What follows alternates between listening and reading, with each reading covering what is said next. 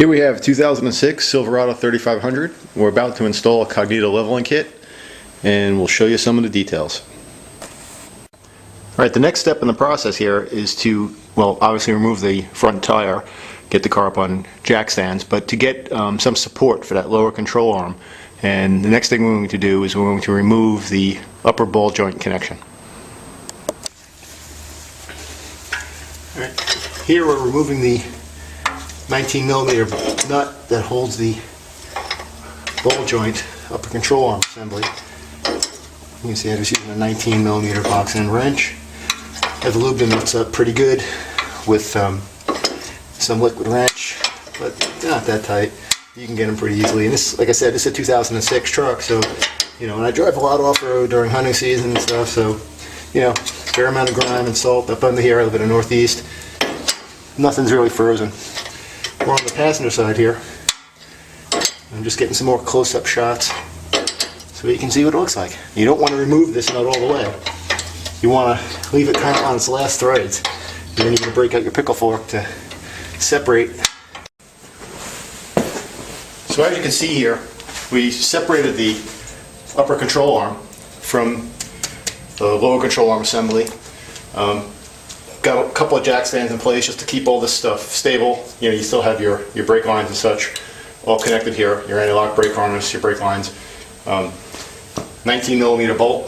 I just use the regular box wrench on the end of the 19mm bolt at the bottom of this upper control arm assembly, and back it off. Make sure you have your jack stands in place.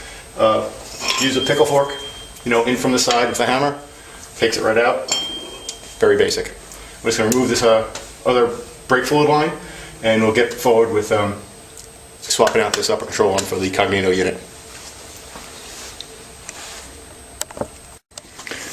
Alright, so we loosened up these 21mm bolts that hold the stock upper control arm, which is this unit here, and we loosen these up, you take them out, and there's little eccentrics here that you have to make sure you take out along with it, and they go back. So let me just show you what that looks like.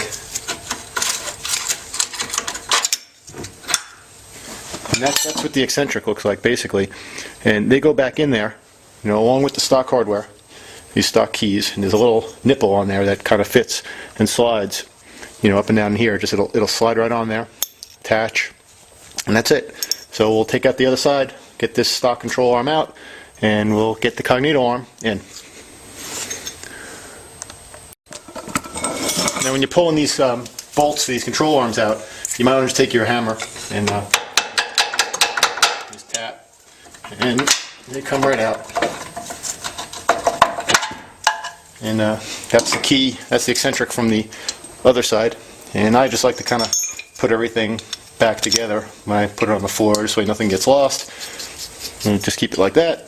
Drop it down on the floor, put it right back in the way it came out, and you're good to go. Alright, we got our Cognito arm in. Now we're going to get it bolted in to the spindle. Just have to move this guy, get it lined up. It's kind of heavy.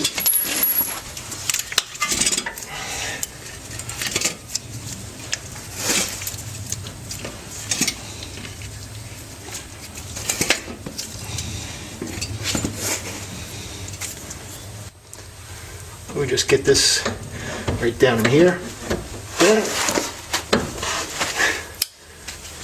This stuff is heavy on these trucks.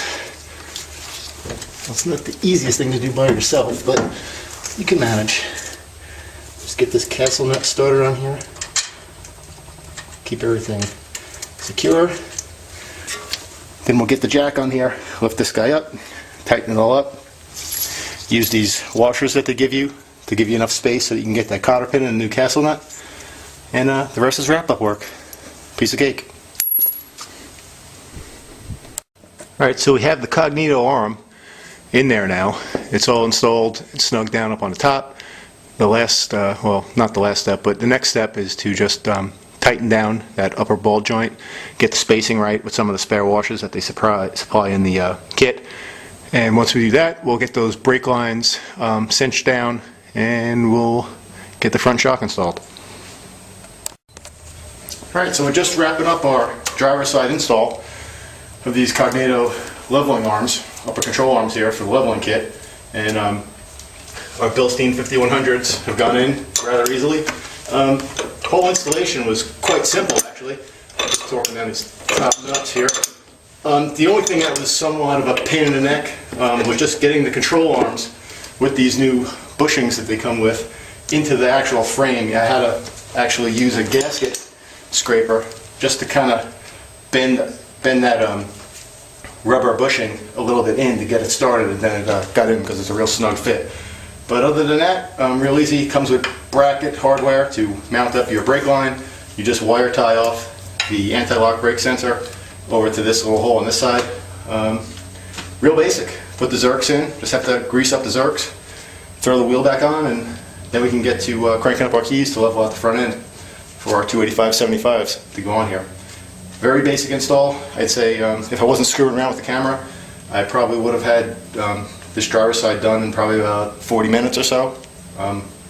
You know, not really a lot. Most of it was just getting the right tools all laid out and everything, but very basic. No gotchas at all. Great job, Cognito.